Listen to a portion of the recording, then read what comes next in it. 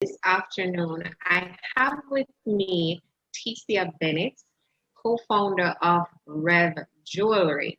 Good afternoon, Teasea. How are you? I am great. How are you, Sheila? Great. Now, let me just say a little bit about Teasea before we get into the conversation. Teasea serves as the marketing and public relations function in Rev. And it's the perfect position for her. I think she was made for it because in marketing, we look at packaging, we look at communicating, and we look at connecting. And I think Teasea naturally embodies these qualities. She's a gorgeous, beautiful Black woman, and she's very intelligent and articulate. And when you get to know her, she is very sincere and has a very, very pure heart. And so all three are checked off. Now, she is one half of a duo that has founded this company, Rev, and she is big sis to the other half, Dwayne Bennett, who is not with us this afternoon. But if you know anything about these two, you're going to realize that Teasea is the face and the voice, and Dwayne is the creative mastermind, is the creative genius behind it. And they create what I think is the perfect siblings synergy to bring forth a unique spin on what is traditionally looked at as fashion, but what they call wearable art. How did I do, Teasea, in introducing your business and describing what it is that you represent? You're so sweet. Thank you so much for those kind words. And yes, I mean, you said it. I mean, I may not don't think 100% the face the way you said that for me about that, because I think with his very bold hair, I think as someone sees him, they recognize him. But yeah, that's my natural calling.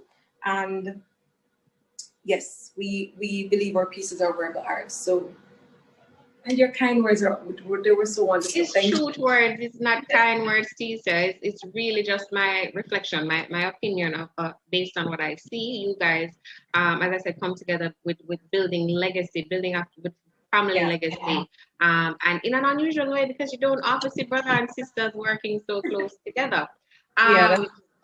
So you know, it's kind of a unique spin. So let's start from there, Ms. Teasea. Rev was founded in what, 2006? Yes, it was. How did two of you get into starting a business at that time? But then at that time you guys were youths. Yeah, we were, and that's usually when we well, the way I present the information usually is just like, you know, persons know well, some persons may know that I was just wearing his pieces because I thought they were very unique and very special. And I felt so strongly about them in the sense that they resonated what I thought was fashionable. And I didn't really find that in the main fashion, not even in Jamaica, so to speak. It was limited in regards to finding something that really expressed a sense of style and something that was so fresh and different. So when we started, I was just wearing his pieces. It wasn't planned. I was just wearing his pieces and persons just kept approaching me. And when it really clicked was when someone offered me like some serious money to buy a brooch that was fashioned. He was at school at the time and he chose, he's a goldsmith, which is known, the traditional term for a fine jeweler. But, you know, so most persons know fine jewelry as something that is made of precious metals like gold and platinum, silver, and so on, diamonds, all that stuff. But he was playing around and experimenting a lot with non-precious metals and non-traditional metals like copper and brass. I'm even sporting some stuff now, copper and brass and all that kind of stuff. And it was really fresh. It was very different. His designs was something I've never seen before. And I was like, oh my gosh. So when someone literally gave me money for it, I was like, what? Where do I start? But I think we individually both wanted, we played with the idea of doing our own business. We just didn't know that God wanted us to work together. Luckily, we had a very strong relationship as siblings. And you know, I blame my mother and father for that. They brainwash us. Like, it's always like being a big one, like you must look after your brother and sister them and because we have a younger sibling. Most people don't even know that because it's always Dwayne and I that's in the public eye with our business. But I was brainwashed as an older one to always make sure. So when we started the company, it was an extension of just my sense of responsibility, because my brother, I think, outside of being a sister and being biased, really, I honestly believe, and a lot of people who meet him share this opinion, he's such a pure soul and such a kind person.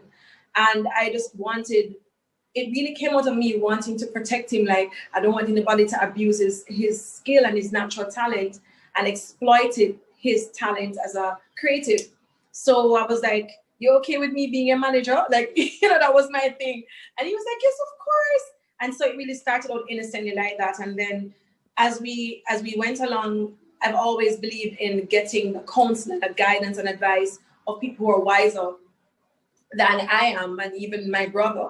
And someone pointed us, rightfully so, in the direction of JBDC. Initially, they said we should go to Jampro, but JBDC was the main thing that came out of it and came right to you guys. And the rest is history. You guys really taught us the importance of laying a structure if we were really serious about creating a legacy, and that's what we wanted to create. So yes, so in around that time you started wearing the art and basically finding out that there could be a business here because somebody offered you some money. And it was a of that. I would know once you hear the money, you get that nice feeling, right? That's right. But just to see how excited the person got up, it was like, it was just really exciting, and it was a very simple thing. And just even what she offered, I was like, what? And you know, it really opened my eyes. And because we always knew Devon was very creative. From he was a child, he's like a natural born artist. So we always knew that. So that was really the thing that was a catalyst at that time. It's like, people willing to pay for this? Like, what?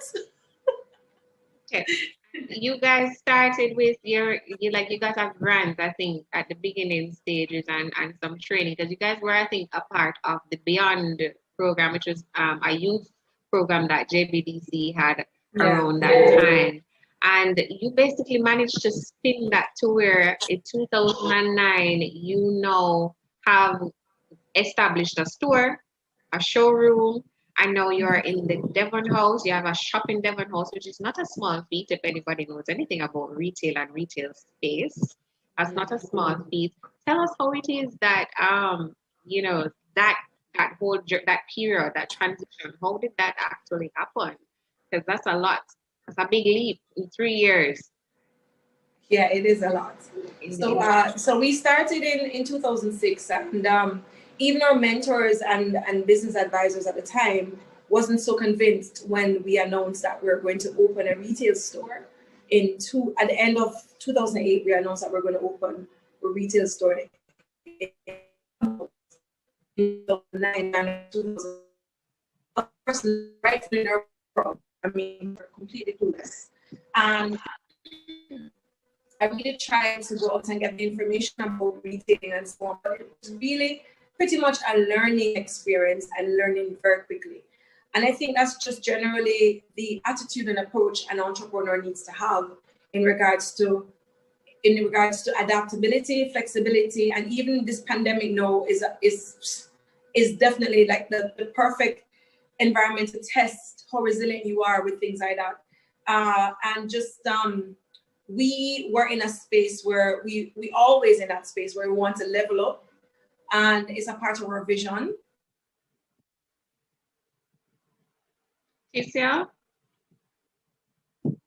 I'm not sure. Oh my, it appears we have lost Teasea for a little bit.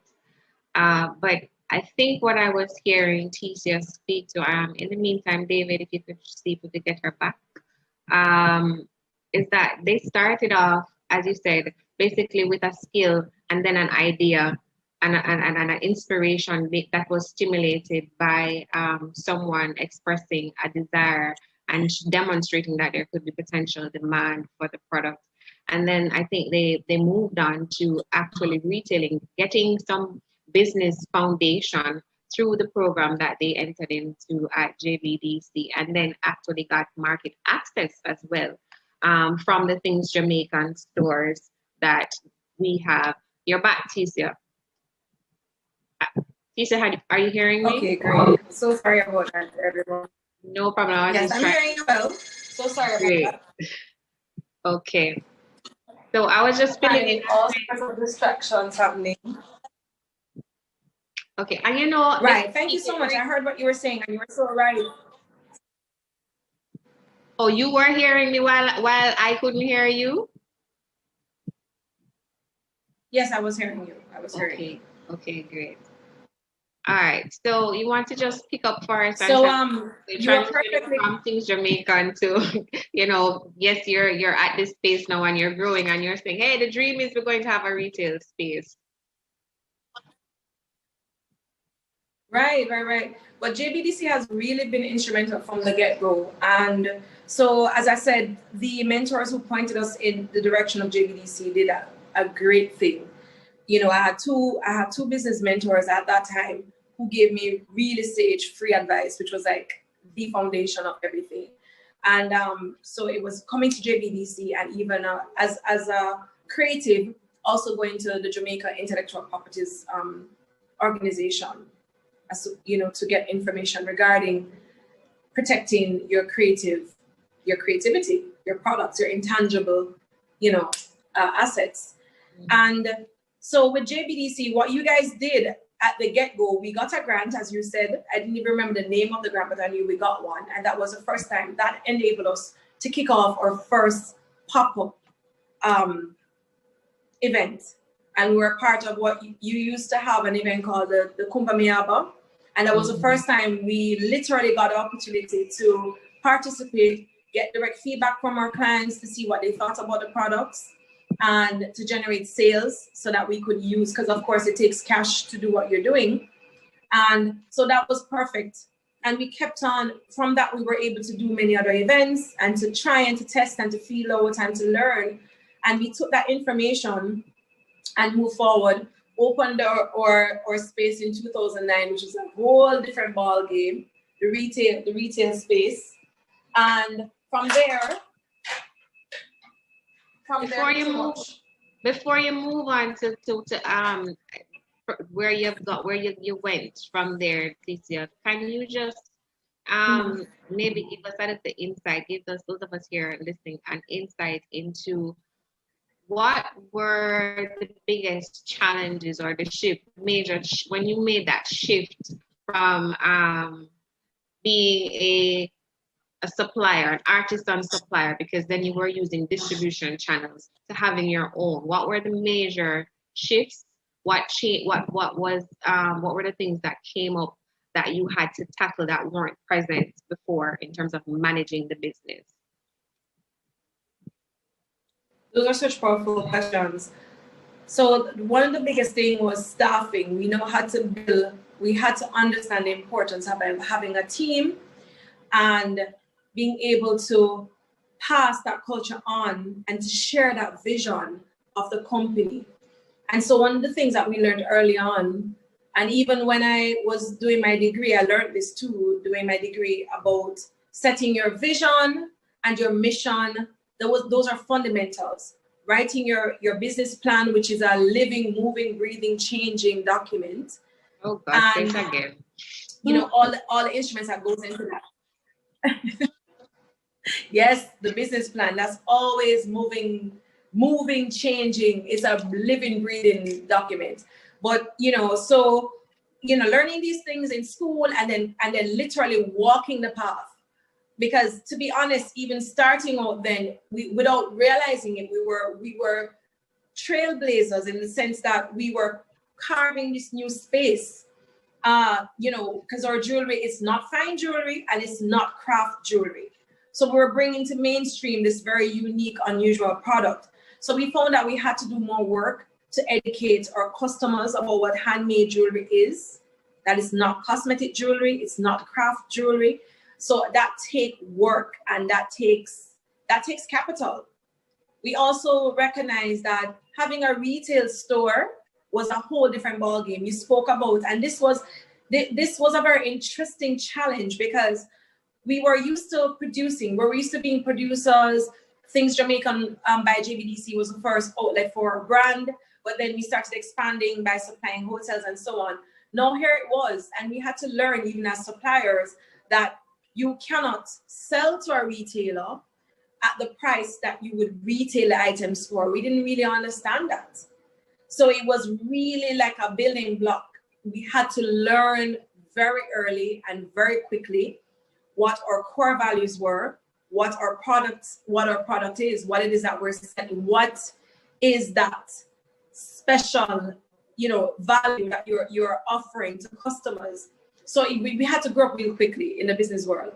And then as a retailer, understanding other things that comes into it. So your cost moves and understanding that, to be a product, how do you keep your doors open? What are the costs involved in that? How do you have the right team that shares a vision, that executes what you're doing? So even if you're not physically in your space, so these talks to systems and things like that. So it was a lot. It was a lot of things that challenged us at so many different turning points: production, retail space, the business plan, the vision and mission, or integrity. What are the core values of your company? Sharing that and so on. So my phone is running off the hook. I'm sorry about that. So those were some of the things that was really taking place for us, and we had to learn and we had to adapt and we had to put those things in place. What's the biggest size your team got to? Well, at any given time, we have part-time and full-time staff. So anywhere between, like right now, we're like bare essential. So we're literally 4 of us now, but we usually go as high as 9 persons. It depends on the season and what's happening. So anywhere between 4 to 9 people. Mm-hmm. That's what's going on with a part-time or full-time structure. And what is it like being a boss? I know you're a big sister and you probably got some practice bossing your younger siblings around, but what was it like for you when you had to transition? Because you're probably you are the main manager of the operations, correct? Mm-hmm. Yes, like my title is not only marketing director, I'm also the CEO of the company currently. So what has it been like? That's really funny, but I think as you said, it's a natural. I don't know if it's a Leo trait. Yeah, you're bossy. As you said, being in the role of being big sister and so on. It's a natural thing for me to be a leader, and I'm very happy that my parents trained us that way, because each of us really do embody that quality, to be honest. So like, for instance, for my personal life, like, a lot of persons see the name Rev and we get a lot of wonderful positive feedback about the brand. But to be honest, we all came, our siblings, myself and my siblings, what I mean when I say we, is from a home where our parents had their own small businesses. So they were leading a life for us to really emulate, with us realizing that we were being trained that way. My mother, she was very inspirational. Like she doesn't do her business now, but she did catering, and she had like a jelly coconut man on the road and all that kind of stuff there. She was really into it. And for a while, I even thought that I wanted to be a chef, because I studied to be a chef for about 2 years. I started from high school. I did the whole thing from high school, like the CXC right through. And I premeditated the name of my company. Rev is a French word, which means dream. And that's my second language. French is my second language. And I thought about the name intentionally from when I was a teenager, that whatever, if it's going to be my restaurant or whatever business I'm going to have, it's going to be called Rev, which meant dream. But little did I know that it was going to be with my brother. I didn't think about that. And in his mind, he wanted to be an artist. He wanted to be a creative. He also didn't know what direction I was going to take as well. So, I think, I've always been a natural leader. So even from then, from high school, I was thinking about that. And to this day, like, even with the pandemic happening now, and I can't help referring to the pandemic, if you're not very clear and very focused and understand and don't crumble easily under pressure or what people think and all of those things, these are real key qualities in being a leader. You know, you have to really be firm and be strong and confident enough to stand in your decisions. So it's always been a part of my characteristic, like from as a child. So it was never a thing for you to go and get a job. You always knew that you wanted to be an entrepreneur. I always knew I wanted to be an entrepreneur. I just wasn't sure what it was going to be. In my mind, I was courting the idea that it was going to be, I was going to have a restaurant or something like that, because I didn't have a love for that.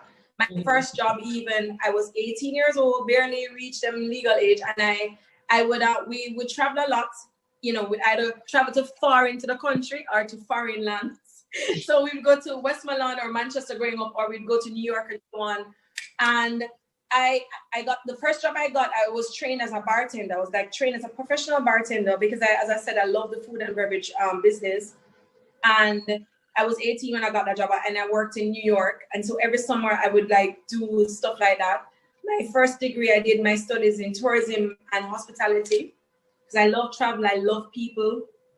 And even like my journey took me to, I lived in London, I lived and worked in London. And I also lived and worked in France. And those things were motivated by different things. And all of those things, I gladly and happily worked with other persons, different races and background and languages. And it was a beautiful experience. And I've always given God the glory and understood that he was preparing me for a greater thing. So to be honest, nothing fulfilled me more. As exciting as all those things were, I felt the most like fulfillment and joy running my own company, as challenging as it is, because it does get very challenging.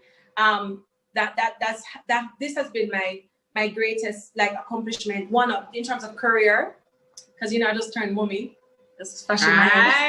Yes. That's another challenge. But yeah, so yes, that's you know, I'm glad you brought that up, because as a woman in business, I'm trying to figure out. I think I've interviewed more males than I have females on this program, but I don't think I've dealt quite much yet. We talk about challenges all the time, but from a gender perspective, do you think, or has it been for you,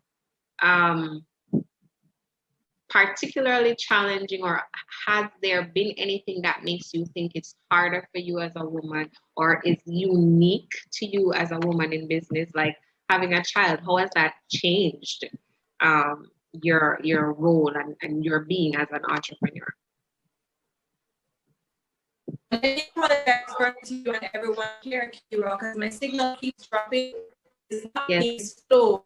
You're sounding a little you're sounding a little spotty too. Teasea, are you hearing me? Because you're frozen now. I'm not hearing you at all.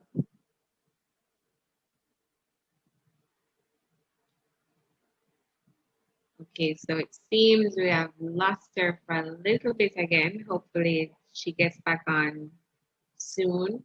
Teasea, I think David is suggesting that maybe if you turn off your camera when you come back on, it may use less data and give us a little better quality.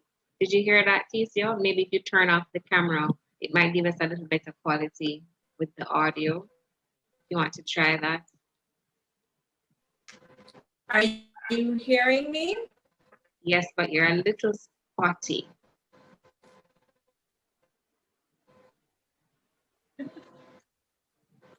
And I'm not hearing anything at all now. I'm seeing you moving in slow motion towards the phone. Hello. Are you hearing me? I'm hearing you. Oh, are you turning it off?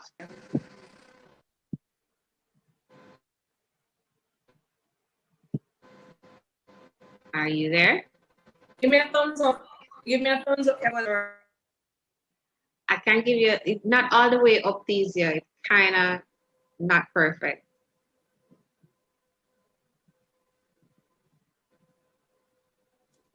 Teasea? Yes, I'm here. Are you hearing me? Much better. Much better. Okay, so you turned off the camera. Okay, so what I'm going to do, if you give me like less than 5 minutes, I'm going to. We can't go for 5 minutes, Teaseas. I think we can work with you. I know I'm imagining your beautiful face right now. Are you hearing me now? Yes. But I think you really need to keep it off. Since the signal is so poor, keep it off.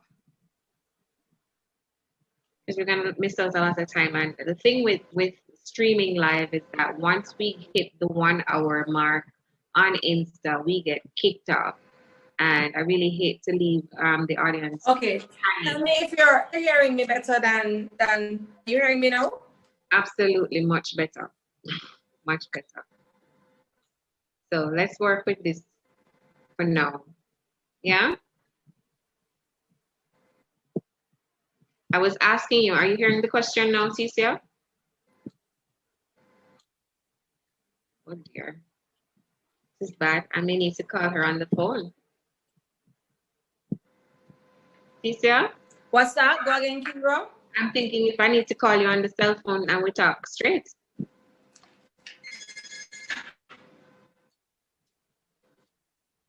Because I'm not hearing you right now and we're having a bit of time. I'm going to if you can give me less than 5 minutes, I'll move.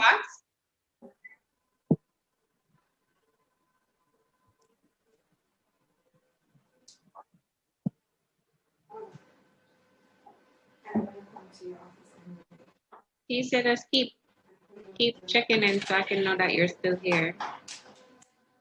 Are you hearing me better? I'm going to be moving so that you can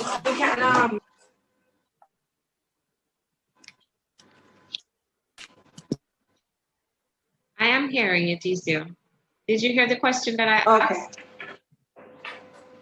Hold on 1 second.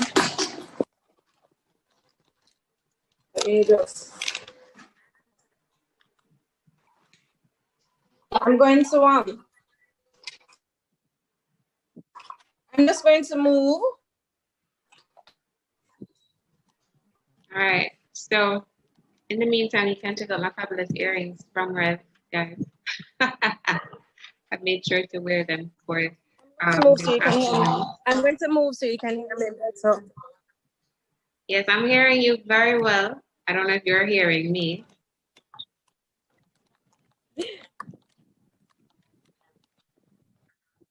I guess not. I have to move. Can you hear me, Teasea? Okay. Good. So what I'm doing, I'm going to move my location because I want the store located. You're getting shut and have a better. Yes, I can. So I'm gonna move my location. Okay. And my fingers are crossed that where you're moving to is better than the previous part. Yeah. Are you hearing me better here? Continue speaking. Let me hear how it's progressing. Okay. I was asking you earlier if you had any particular challenges or if you felt like your experience as an entrepreneur was unique in any way as a woman compared to that of the male experience. Can you hear me better? I'm hearing you. Are you seeing me as well? I'm seeing you. Okay, great. So I've moved my location. You can see you're outdoors now. Yes, we are in the beautiful gardens of Devon House, courtesy of Islands Cafe. Anyway, right. So sorry about that. Mm-hmm. I was asking you a gender question. Mm-hmm. Do you think that your experience as an entrepreneur is anyway unique because you're a woman?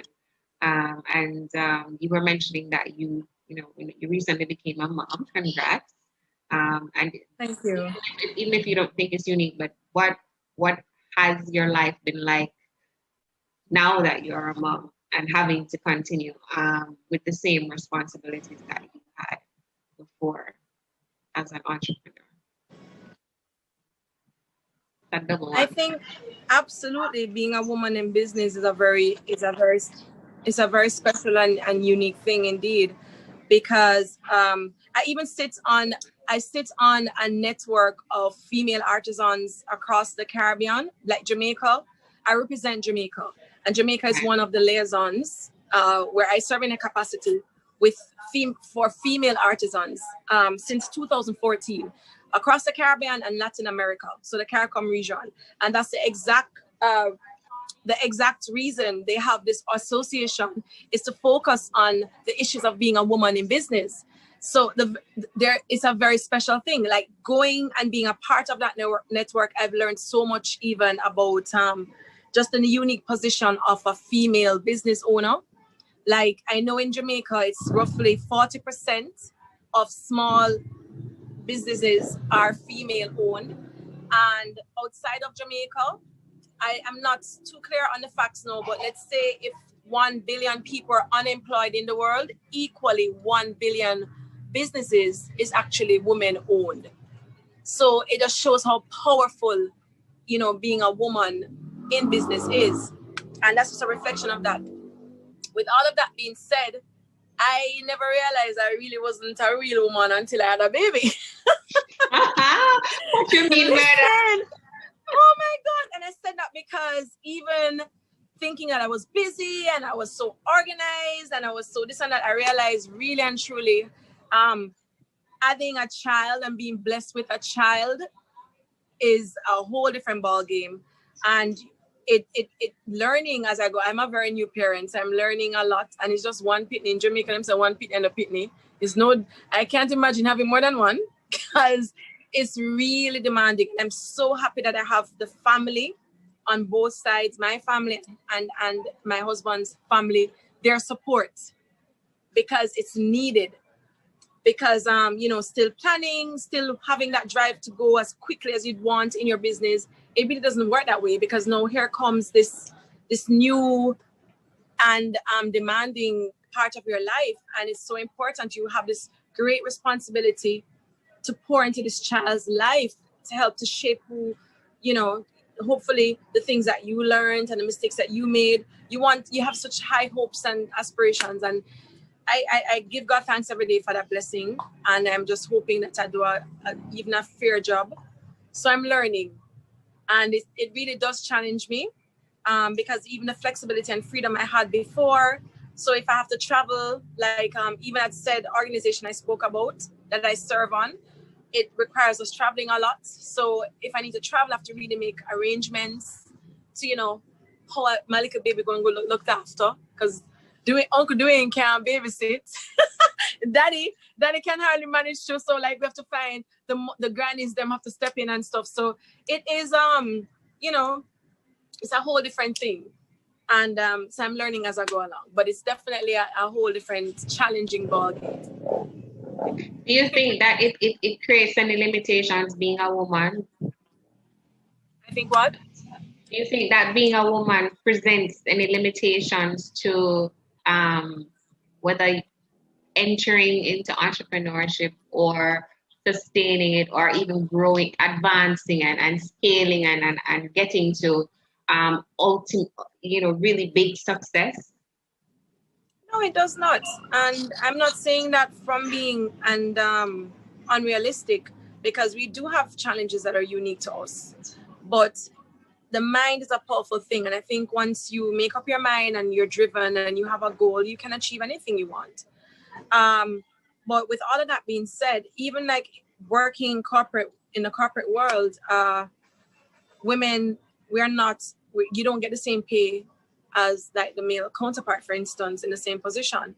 And so running a business is almost like it's a similar kind of trend in terms of sometimes you're maybe not taken as seriously, just because you're a woman. Sometimes, how do I express this in a way that makes sense? Like even like, you may be seen as being too bossy, too like the masculine energy. Then, like, you know, you're acting like you're a man if you're so ambitious and so driven, you know. So you have to really know how to balance it too. How, you know, you can still maintain the softness and, you know, all that delicate thing of being a woman, but at the same time being firm and being assertive and being confident enough to stand your ground. And sometimes that really doesn't come easy. And I'm speaking from experience as well. Like, you know, people don't take it. When we just started, maybe now after building up the brand, you know, we have a lot of goodwill and integrity. But when we just started, people would just say, oh, yeah, all right, they think that they can flirt with you because you're a woman. I'm going to be real about that. Or, you know, they try to undermine you because you're a female. Because most of the times, to be honest, as you rightfully said earlier, I will be the one executing the operations of the company while my brother is busy with production and designing and so on. So usually in the business world, I'll be the one there trying to penetrate and make connections and so on. And so unfortunately, sometimes I still do sometimes to a level, do get bombarded with that, but we're very, very focused. I'm very, very focused, and I don't let those things deter me. You know, I just pray about them and just keep moving. What drives you, Teasea, as an entrepreneur? What drives you? Wow. My family. I'm such a family person. And so outside of that, I honestly do have a genuine love for people, in the sense that I want to be able to add value to other people's lives, you know? So whether that feel good vibe that I like to joke about when you wear our handmade pieces because it's made with love, or whether it's we've contributed to several different charities through the platform. We have a platform we call the Rev Wellness Festival, and it's bringing together different organizations, including JBDC, banks, and the small producers. And at the end of the day, we give to someone else. And usually a few people have benefited from it. Like, we pay scholarship for kids. We have helped women do screening for cancer. So each year we pick a different initiative and we work towards that goal. And we take time as well. It's not only just like financial support, but we also take the time away from our demanding job, because of course it's a small business. We don't have a full team for everything. And we try to make time to sit on committees and to go into schools to talk to the young people about understanding that creativity is a powerful thing, and you can really uplift yourself by educating yourself and understanding certain things. So you may not be necessarily the best at academics and studying the books and so on, but you may be creative with something else. You can really apply yourself, and you can learn the foundations of doing that, and you can be very successful and enrich someone else's lives. So that's one of the things that really drives me. I'm a family person. I'm a community-oriented person. Our parents were really great at putting those seeds inside of us from very young. We used to volunteer at different charities and different things like that growing up. So that's like ingrained in us, you know? And those are the things that drives me. I want to see a better Jamaica. You know, I know Jamaica people love and care for each other. I think Jamaicans, I'm so proud to be a Jamaican. My God, that's one of the reasons why we even have our company here. Like, I want it to be a global brand, but this is our roots, you know? Jamaica and Jamaicans are so beautiful in so many ways, so loving and so kind. And I've been living in Europe, I live in America, I know what I'm talking about with that, you know? And I just want to pour into the lives of other Jamaican people, you know, and other people, actually.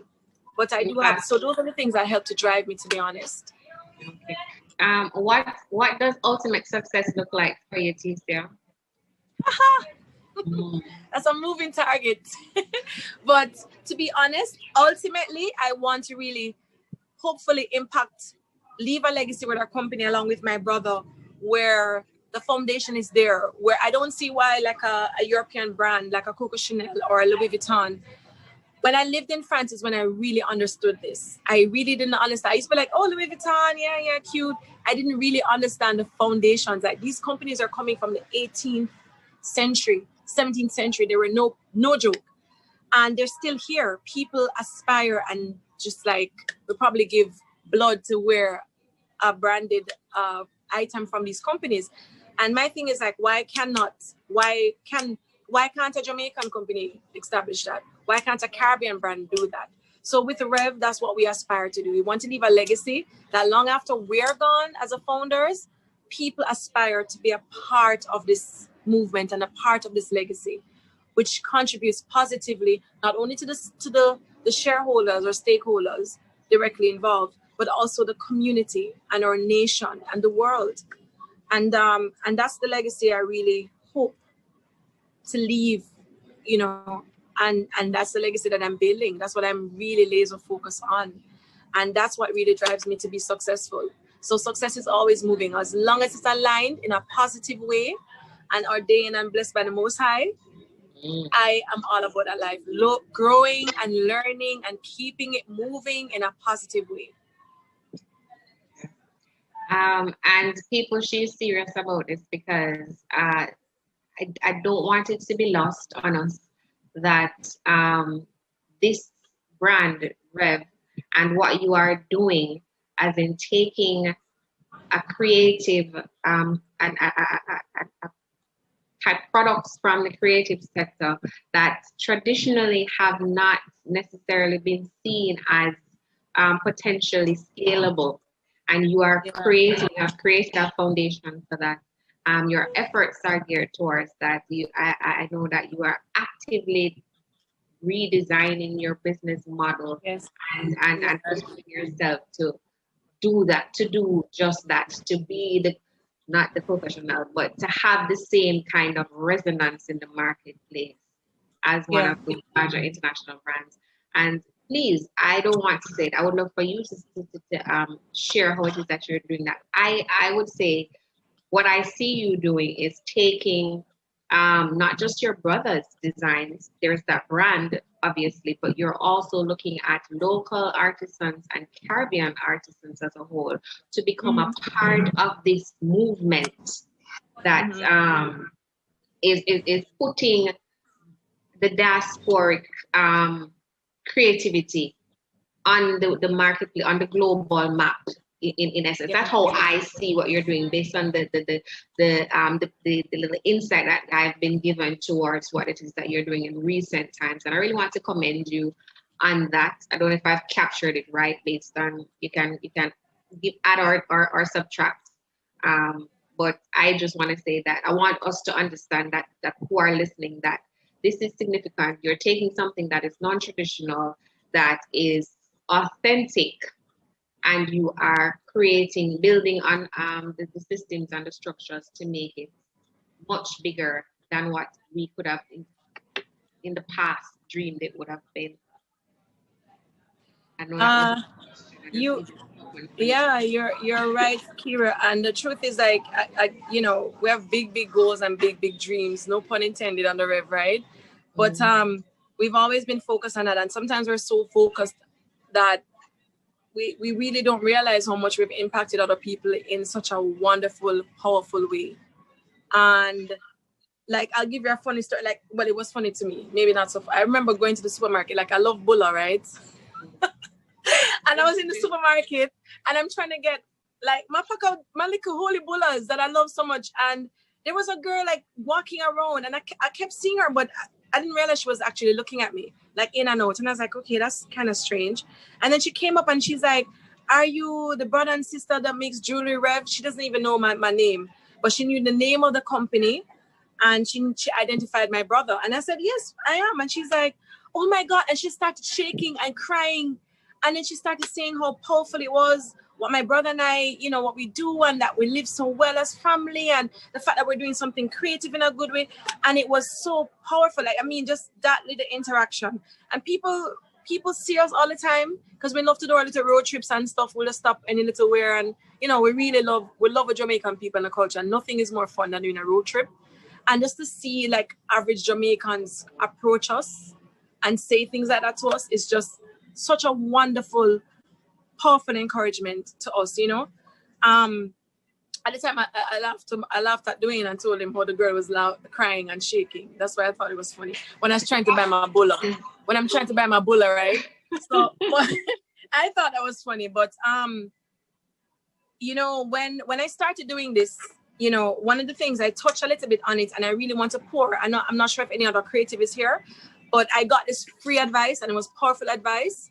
And I think, unfortunately, in my opinion, I think a lot of persons outside of Jamaica does it more to their benefit than we Jamaica do with the brand Jamaica. We don't really understand how powerful that brand is. But one of the best advice one of my mentors in the early days told me was that make sure you protect your intangible asset, meaning that your ideas, your creativity, whatever. And so we're serious about that. Like, we are very serious about it. How you done that? Be a little bit more specific. We have like 15 minutes, but can you just quickly tell us, when you said be protect your intangibles, what have you done to do that?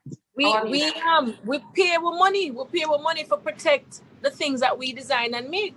And there are a lot of, which is great. You spoke about the community that we've developed, because a lot of designers were now coming to me. They loved how fresh it was. We had a brand. People didn't really do that before, consider that. We had a brand, we have a little slogan, fashion at the genesis, behold a revelation. I need to really redo it too. But, you know, everybody was like, oh my God, this is so nice. I love the name and whatever. And even people try to borrow the thing. And I was like, in early days, I was like, nah, you can't really do that. They didn't really understood.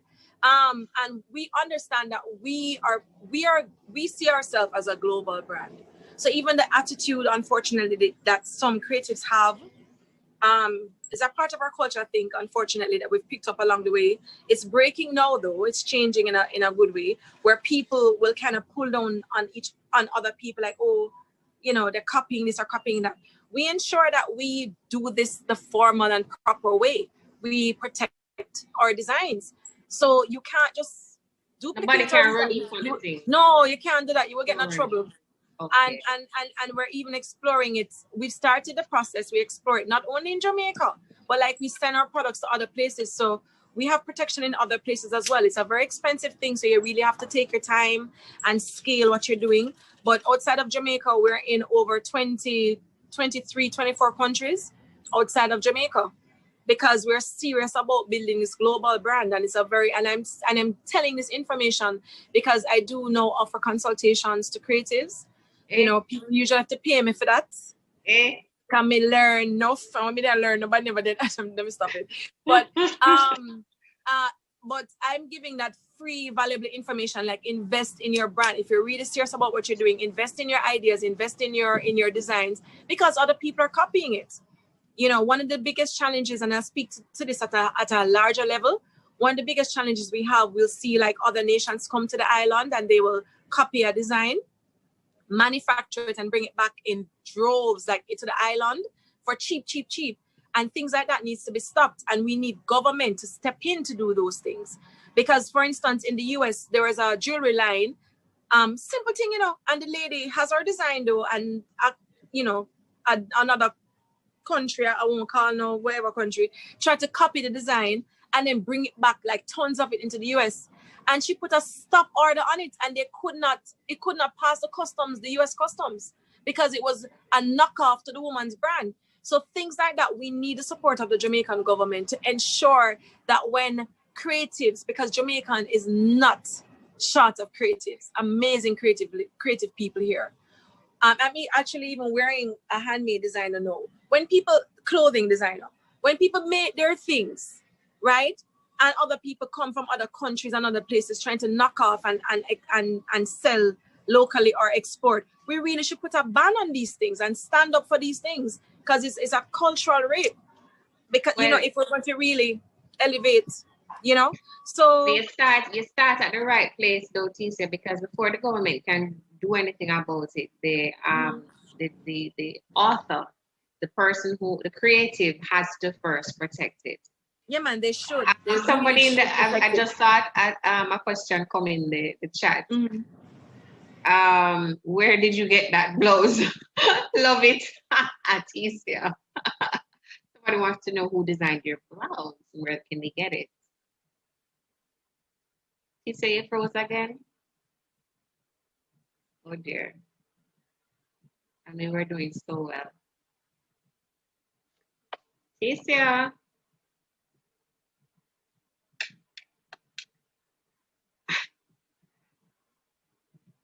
It's a nice post that she's frozen in, right? Yeah. All right, guys. In the meantime, if you have, I don't know how many of you are on Insta with us right now, and you guys in the Zoom chat. If you have any questions for Teaseas, please shoot them in the chat for me right now, so that whenever she comes back online, I can, post them to her, because we have just a few minutes left to wrap up this conversation. So, you've been listening. Is there anything that you would like to hear from Teaseas? Any questions that you'd like for her to answer, um, relating to her experience, or maybe something that will help you on yours? Please don't be shy. Do it now. David, if there's anything coming in, you can from Insta just shoot it to me here. Yeah, Teaseas, are you back? No, I'm not seeing her yet. Okay. All right, guys, as usual, we have Jam Pro, the only protection in Jamaica. Actually, it's not Jam Pro, it's JIPO.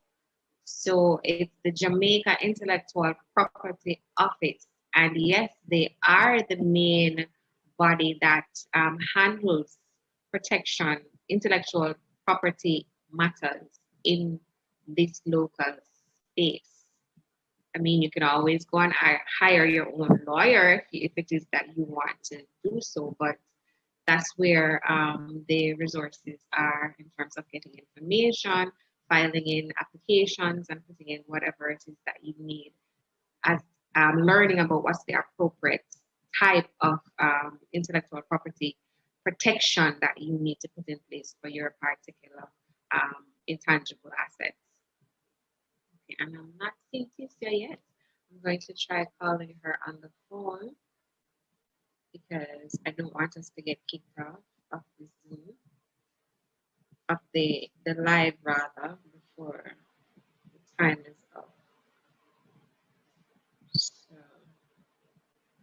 I'm just gonna get her on the phone. You have any other? Okay, I would like to commend the contribution that Teaseas approach validates other Jamaican creative brands. Yes. I think the contribution to the diaspora has been amazing. Yes. I was able to access Jamaican hair products in Belgium, and this is very important here in France. Wow. Thanks for that, Novaline. And I think that is the very reason why the Ministry of Tourism awarded Teasea the leading female entrepreneur in the local artisan industry in 2015, because of the work that she's done and the presence that she's created through Rev over the years that they've been operating.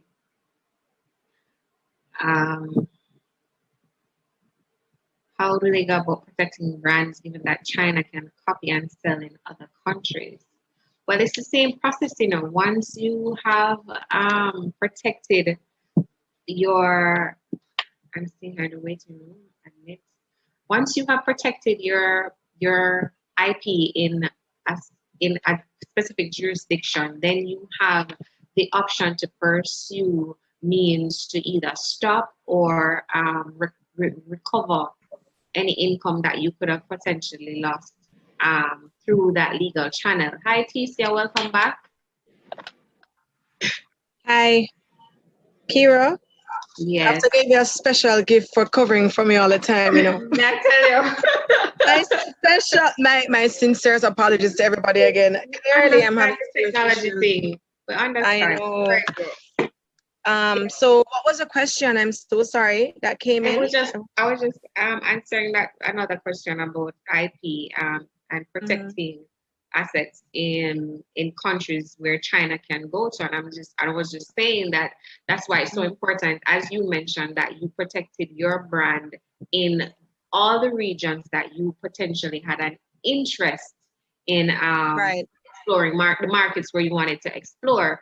And so once you do that, it's still kind of tedious and onerous to monitor the marketplace, all these different market spaces for breaches. But at least if anybody is making traction with something that is an infringement on your copyright, then you will be able to take some recourse, because you have first invested in the IP protection. So Teasea, Right, but because it is it's an expensive venture. it is. But yeah, you're right. That's exactly what you do. Just look and take your time. Just take your time and build and it. set your build goals and out. take your time. Yeah, because we're still doing it. We're still It's taking been our time. We're years. not everywhere. Exactly. And remind people it's been 14 years. Yes, This is not an overnight thing. And yeah, it's gradual. so you know, it's taken time. We started off with our logo in Jamaica, and we just built from. Just take your time. From there. Right. So I'm gonna just ask you some final questions. I'm not seeing. Okay. Teasea, would you advise a creative to dive into entrepreneurship and let go the 9 to 5 that is used as a safeguard at the time? Wondering if persons would like it and if it would be profitable. And somebody else still said they need a link for the blouse. I'm wearing Tnt Fashions. But we're going to be doing a sale next month in our store with 2 other designers. And in the store, as Kira mentioned, we have other amazing talent. So Tnt Fashions is local. I wear mostly my Jamaican people then, but I do wear other Caribbean brands. As I come across amazing people that I like, I wear them as well. My heart is with handmade, but of course, you know, I always wear handmade, but you know, I do have other people I do wear. I always try to reflect that in whatever I'm doing. But if you go to our Instagram page or wherever, Rev Jewelry, you will see some of the people that we support. And if you come to the store at Devon House or go to our website or something, you'll learn more about that. But in terms of advising someone, yeah, you have to really take your time, set your goals, planning is so important.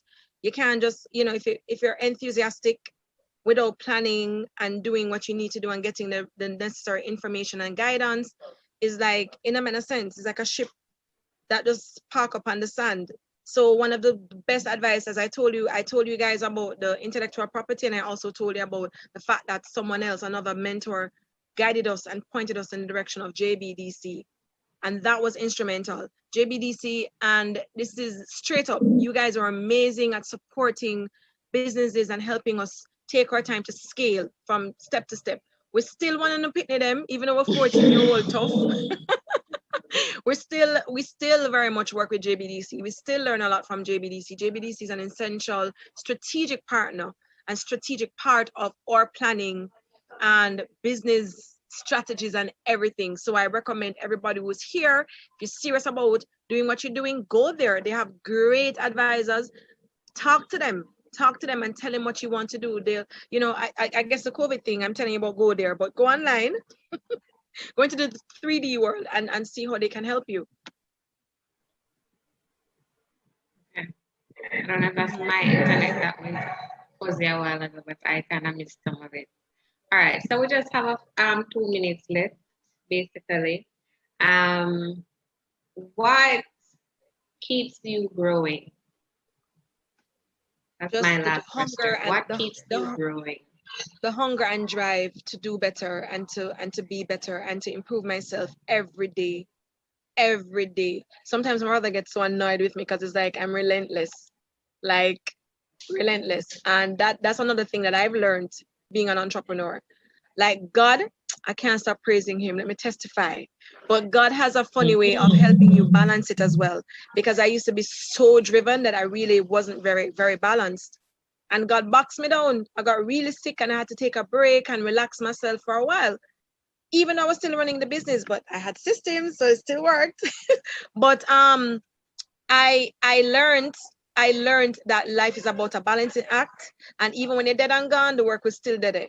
So even if it's your own business or you're working for somebody else, it doesn't matter. You have to learn to balance it by rejuvenating, refreshing.